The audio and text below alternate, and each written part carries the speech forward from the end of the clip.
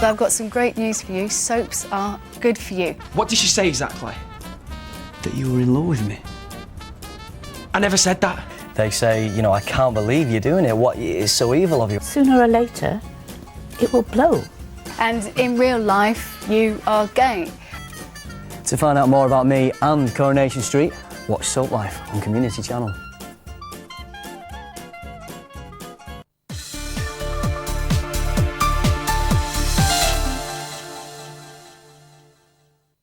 Today we're talking about sexual exploration. Now, Fiona Phillips presents Soaplife, the show that tackles the hard issues behind Britain's favourite soaps.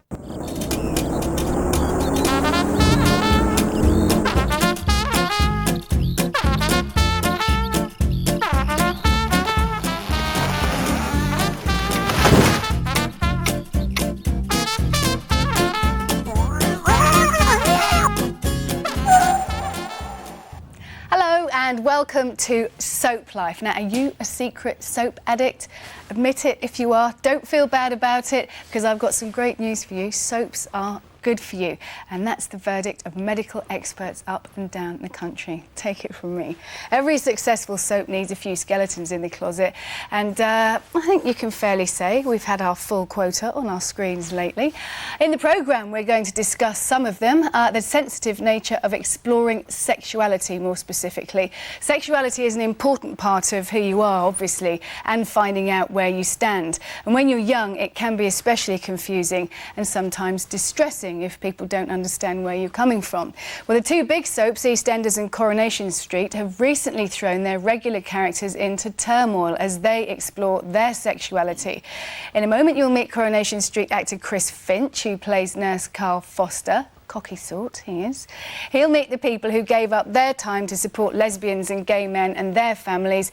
And we'll be hearing too from Andy Sims. Andy is a teacher from Birmingham, and he'll be talking about his first-hand experiences of coming out. First of all, though, please do meet the man who's involved in Coronation Street's love triangle. It is Chris Finch. Hiya. Alias that very cocky Karl, who's got poor old Todd in a turmoil about his sexuality. He's cocky and he's confident, but I think that's good to show, you know, someone who is confidently out and, you know, very happy with their sexuality. Yes, because you've got Todd, played by Bruno Langley, who is completely at the opposite end of the spectrum. He's very confused. He's trying to convince himself that he loves Sarah, fighting his emotions. Well, yeah, Karl sees that Todd probably is gay, and he just wants to help him. He just wants to be a catalyst to the whole situation, really. Yeah, well, we're going to see you in action. Cool. A bit of persuasion going on here. Just a little bit, yeah. How long's it been now? 1 hour, 5 minutes. I'm starting to need the loo. Don't. Try not to think of it. Karl? Yeah? I'm not homophobic. Forget it. No. I want to explain. Explain what? When I found out you were gay, you're right, it made me feel awkward and uncomfortable. The thing is, a few months ago, I kissed a bloke. But I'm not gay. Is that it? Yeah. Is that what all this has been about? Look, Todd, I think you're a great guy, and yeah, I'd like to be a mate, but I have plenty of straight mates. Just because you once kissed a guy doesn't mean you're gay. There we go. Poor old Todd, as I say, very confused there because he has a partner who he's hoping to marry who's pregnant. He's confused because he's met you, has feelings for you, not you in particular, Chris, but Karl, your character. Yeah. Can you identify with the situation? I know you're straight, but can you identify with the situation? Well, I think what Todd's going through and what Coronation Street have handled so well is what a lot of people are going through, and some people don't necessarily have the help to understand, you know, what it is and what they should do, so they feel that they should just conform to society. And gay men can end up getting married and having kids and then realise, you know, quite later on in their life that they're gay, and obviously they've got kids who have to come to terms with that.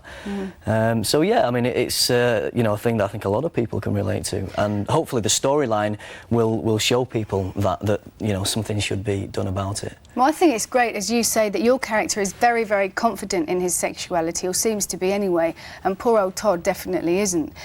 Have you come across people in your life? I mean, in the acting world, for instance, there are a lot of gay people. It's a profession that attracts gay people. Have you come across people who've been in dilemmas, or people who are particularly confident, like Karl? I don't really think, I mean, none of my close friends have been in that situation of being confused, and I think if people are confused, then they're not going to show it. You know, they're going to be suppressing perhaps their true you know, themselves as individuals, really. But those people that I do know who are gay, they're confident and they're happy that they've made the decision to be public and you know, and come out. Yeah, I think circumstances, thank goodness, have definitely changed, certainly Absolutely. in the last decade. Well, I was bracing myself for you know, a lot of negativity in the public for playing this character. But in the public there hasn't been. I mean, it's great, and I think it's a fantastic comment on society today, and that it's been accepted in the nation's most popular programme. Also, you don't feel the need to come out strongly and say, no, I'm not gay. I remember being asked the question when I first started, what, you know, does it bother you? People might think you're gay. And my response to that was, as long as the people that I know well, my friends and my family, the people that are around me, close to me, as long as they know, then that's all I'm bothered about, and the rest of the nation can think what they like. And if people do have an interest in me as an actor, then I'm sure they will have endeavoured to read interviews and seen other TV interviews, and you know, they'll know. They will know. Yeah. We certainly know that Karl has no problem with his sexuality, though, and here he is proving it. Sean says you're always rowing and making up. In the past, yeah. When we've been together, but we're not together anymore. I dumped him. It's over. Todd, I came out with you tonight. Don't let Robbie spoil that. Why did you invite me here? Because I wanted to be with you. Why did you come?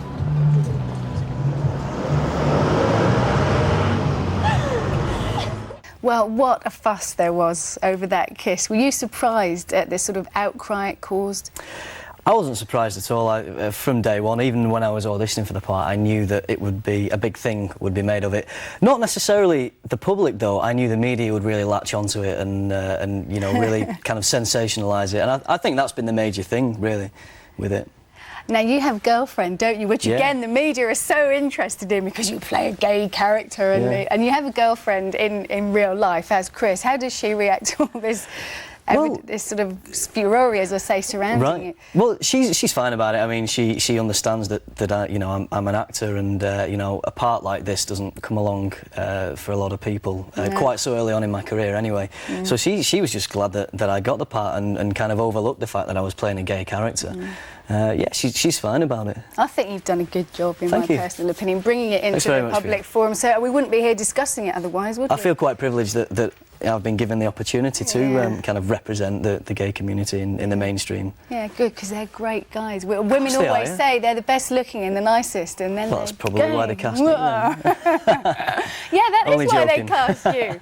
Right, when exploring sexuality, many young people, well, sometimes they're not believed if they say they're lesbian, gay or bisexual. People say sometimes it's just a phase they're going through. How many times have you heard that? Let's meet Jenny Broughton. She's from Families and Friends of Lesbians and Gays, or FLAG, to make it easier for us all to say. It's a national Much easier. voluntary organisation, it is, Jenny, Yeah. which supports lesbians and gay men and their families. Now, throughout that chat with Chris, your eyes were going up to the ceiling like this, thinking, oh, I've heard it all before. No, I think what Chris was saying was so important because he actually latched on to one of the main points, and I think the point that Coronation Street in this really treats at the moment. I'm not sure where it's going, though I have my guesses, but I think it treats it very well, and that is the question of a society, which we have, which is a heterosexist society, where young people grow up and they haven't got the freedom, the self-confidence always, to actually believe in who they are. And so they conform, as you said. And the difficulty with that is that they conform to what society tells them is the norm. They think they have to go down that route. It's the only way they can go. And their families, I'm afraid, also think that. And then what happens is, yes, they may get married, have children, be incredibly fond of that partner and love their kids to bits. But sooner or later, it will blow. And the grief that's caused further down the line is incredibly much worse, I think, than the grief which Sarah in the programme will obviously experience. Yes, because she'll get over that, but this is a life-affecting thing, isn't it? It is. A lot of Totally. people say to me about the character of Karl, they say, I can't believe you're doing it. What is so evil of you? I can't believe that you're kind of messing with, they call me, I get called a homewrecker. But it goes back to what you're saying, and I say, well, if Karl didn't kind of take Todd out of that kind of fake family situation that he's in, then it would just be much worse further down the line if they did get married and have kids. Yeah, we get loads of phone calls from the straight partners, who sometimes after 3 years, 13 years, 23 years, are ringing up and saying, look, my husband's just come out, my partner's just come out. And that is very hard to deal with. And really tough. Do you find that the partners blame themselves? They think they're lacking in some way as well when their partners declare that they're Well, gay I think when a relationship breaks up, whatever the components of the relationship, you always look at yourself, don't you? And you always think, well, how did I contribute to that? Was it my fault? Do you think attitudes are changing though, Jenny? Because I know especially men have a problem with it. No son of mine's going to be gay. And I have 2 little boys, and I've given them dolls. They go around with my handbags and makeup on, and I'd love one of them to be gay so I could go out shopping with him and stuff. I do think they will be what they will be. I know they will. I'm not forcing him to be, believe me, but I would love it. Yeah. I think there is a change it's a sea change in attitudes, and certainly the calls that we're getting now, as opposed to the calls I was getting 13 years ago, are much more, my son's just come out, and this can be 14, 15, 16. I don't have a problem with it. What I have a problem with is society's attitude, and what I need to do is find out more to help support them, because it still is not, it's not an easy road out there. No. It isn't, especially when you go back to school. What about Coronation Street then, and the job this young man has done? Have you had a lot of calls following the storyline in Coronation Street? Yeah, we've had a few calls. We've had a lot of take up from the media, and I think the way they're handling it is pretty good. The only slight thing I would have, which is not a fair criticism, is just that, I look at my daughter and her partner, I look at most of the gay people I know, and they get on with their lives. It is such an ordinary life. We're ordinary families. And always in the soaps, it's crisis and it's drama. But then that's what soaps are about, so it's not fair of me to complain about that. Really. It wouldn't be They a have soap. to take some artistic license. There's more murder in soaps. There are more marriages that end at the aisle in soaps. So absolutely, we're not talking it's the nature of the beast, isn't it? Yeah. But generally, they're doing a good job. They're doing a good job, I think. Really. All right, Jenny, we'll talk more and Chris later on, but we're going to take a short break now. Before that, here are some facts for you. You might be surprised about this one. About 1 in 10 people are predominantly homosexual in orientation, and there are more gay people in Britain than the whole population of Wales. 2 facts for you there. In part 2, we'll be showing you how you can get advice and help if you have any questions about your sexuality. Also, Chris is going to be meeting Andy, who shares some of his experiences, but in real life, he is gay. If you want to know more about FLAG and similar voluntary organisations, then phone this number, 0870 8505 500. There's a free Soaplife fact sheet with all the details on, or you can log on to communitychannel.org. We'll see you soon.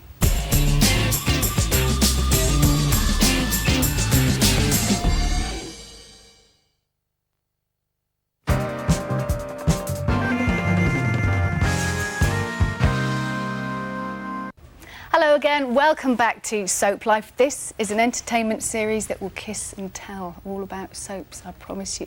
What happens where, who's doing what, and most of all, with who. So do stay tuned to find out if our soaps truly do reflect reality. Today we're talking about sexual exploration, and we've got Chris Finch here from Coronation Street. Chris's character, Karl, is confusing poor Todd at the moment. Todd's torn between his head and his heart. Chris is here with Jenny Broughton from Families and Friends of Lesbians and Gays, or FLAG, to make it easier for all of us. Right, let's put Chris in perspective, as if we needed to do that. Here's another clip of you and Todd, and I think Eileen, Todd's mum, has just been round to confront you and give you a bit of what for what you're doing to her poor son. OK. Here they are. Will you sit down? She's no right to come here. What's she thinking of? You, mostly. I don't... How does she know where you were? Calm down. What did she say exactly? That you were in love with me.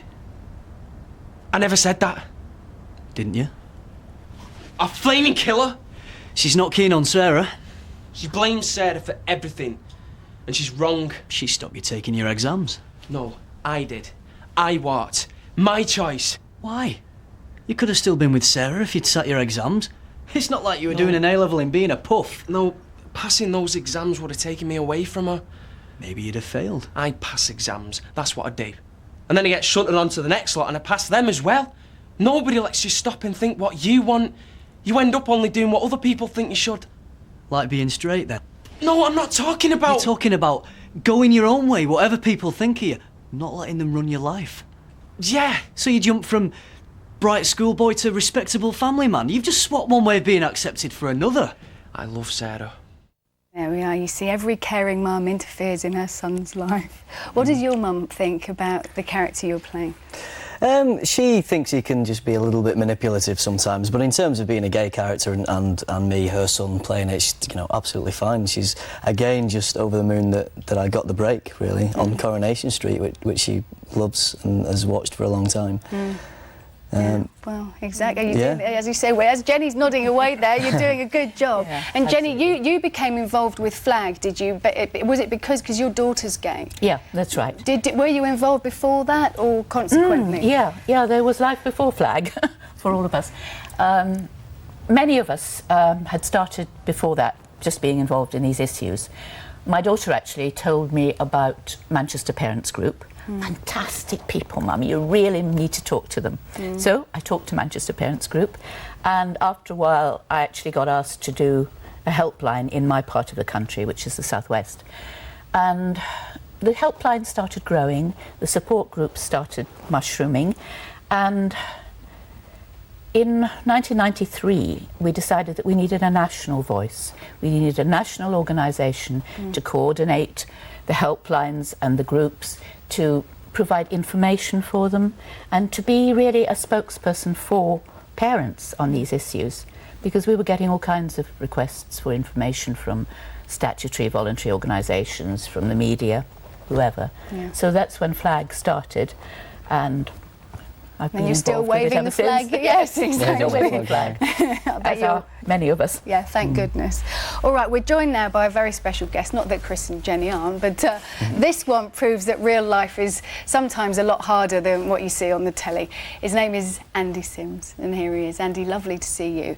And in real life, you are gay. And we've heard from Jenny's perspective here. Jenny's a parent whose daughter told her she was gay. How did your parents react? I came out about 5 years ago when I was 22, which was quite late. And by that stage, I'd been convincing myself that I wasn't gay at all, and I'd been trying to live a prescribed way of life that society inflicts on you, really.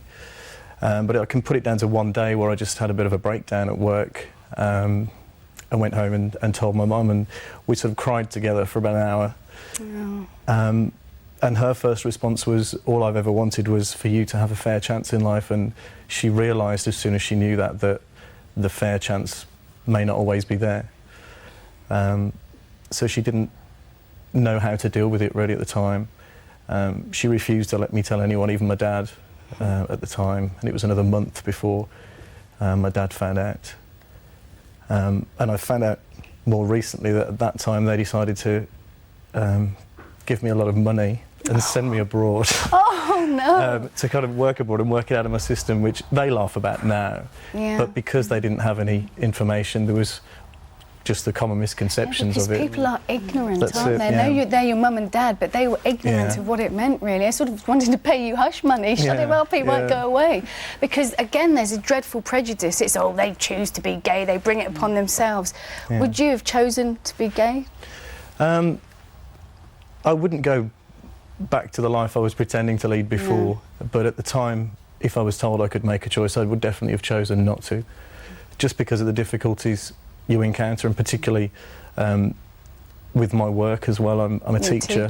And homophobia in schools actually drove me out of teaching. I've been teaching for about 4 years at the time. And when you see what's happening in schools and how teachers are not dealing with it, if I was to deal with it, I'd be sort of a one-man army on my own trying to, you know, fight uphill, really. So I decided to get out of that. So, in effect, you've been driven away from your career by other people's prejudices. That's right, yeah. What do you do now, then, Andy? Well, I took a year out of teaching, and after I came out, a couple of months after I came out, I met my first partner, and we were together for 3 years. And in my mum and dad's mind, that was a very happy and safe way of life. But that finished about a year ago now. And at that point, I think all the old fears came back. And it's at that time that I recommended Mum and Dad get in touch with FLAC, because I knew someone that was involved with the Birmingham support group. And since then, really, things have just improved, and Mum and Dad love going to the group. They get a lot of support. And do they watch Coronation Street? Do you they have been not to watching Coronation trivialise Street things now. at all, but it's a big issue, and I think it's great that at last it's landed on our screens, prime-time television, and people are having to confront it. Do you? Yeah, I think it's excellent, because however the stories are represented, good or bad, it's good to get more of that in the media so that people are less scared of something they don't know, because it's no longer something they don't know. It's something, if they see it on Coronation Street and they've been watching it for years, and it's the first time this has appeared, then they might think, well, hang on, times must be changing. If this is being brought into drama, it must be something important. And yet, unfortunately, the kiss was like the first kiss that had ever happened on Earth, wasn't it, when it happened, Jenny? I mean, the prejudices are still there. Oh, they are. Did you have a similar reaction to Andy's parents when your daughter told you? Because I saw you nodding while he was talking. I think I was very scared for her, you know, because again I thought, God, life is tough enough for all of us. You know, this is really kind of weighing the odds against yourself. And a lot of those fears were totally unjustified. I mean, she's one of the happiest, most sorted people I know, and I wouldn't change anything about her at all. But she did go through difficult times. But it is getting better. How's life for you now? I mean, are you bitter about anything that happened to you? I mean, being driven from your career, really? I was bitter about that. And the school I first started working when I came back into teaching, I had some direct harassment problems with a particular pupil. I saw the only thing I could do was out myself to the staff, which was harder than outing myself to my mum. But the reaction from that was, I think it made people realise how difficult it is to deal with, and on a daily basis in schools, gay has become an abusive word for anything. So if you're admitting you're gay, you're kind of admitting to all the weaknesses people perceive you have, really. But also, I definitely think that male homosexuality engenders a more reactive sort of response, doesn't it, than female homosexuality, I think. It can, but I think girls can still get a lot of stick as well. Yeah, it's not only. And again, you know, there's the same thing with the parents' reaction, which is, you know, it's not what I had expected, hoped for, dreamed about, you know, the walking down the aisle, the white dress, the grandchildren, and maybe the mother-daughter thing on grandchildren is as strong as the father-son thing on, you know, is this a kind of slur on my masculinity, which some fathers do take it as. So there are different difficulties, I think, for girls. Well, do you know what? We could sit here, couldn't we? I could talk about this forever and ever. It's been an absolute pleasure to meet you, Andy. And you, Jenny, thanks for all the work you do. And I should be seeing you on my screen very soon. And, you know, thanks to you, we're talking about this. So great. Thanks a lot, Chris. Thank you. Thank you. If you want further information, advice, or you want to volunteer for FLAG, actually, then phone 0870 850 5500. That's when you'll get our Soaplife fact sheet, or you can log on to communitychannel.org and find it there too. And you can find out how you can make a difference too, should you wish to volunteer for FLAG. Now then, we've got some goodies on offer. Just so happens they're Coronation Street ones, would you believe? And all you have to do to win them is answer this question. It is, what is the name of the actress who plays Sarah Platt, the one that Chris has ruined her life, basically. Karl has, so everyone thinks. If you know the answer, then phone 0870 850 5500 or log on to that address again, communitychannel.org. That's it for now, I'm afraid. I hope you feel inspired to find out more about what we've been talking about today. And thanks very much for watching. See you next time. Bye-bye.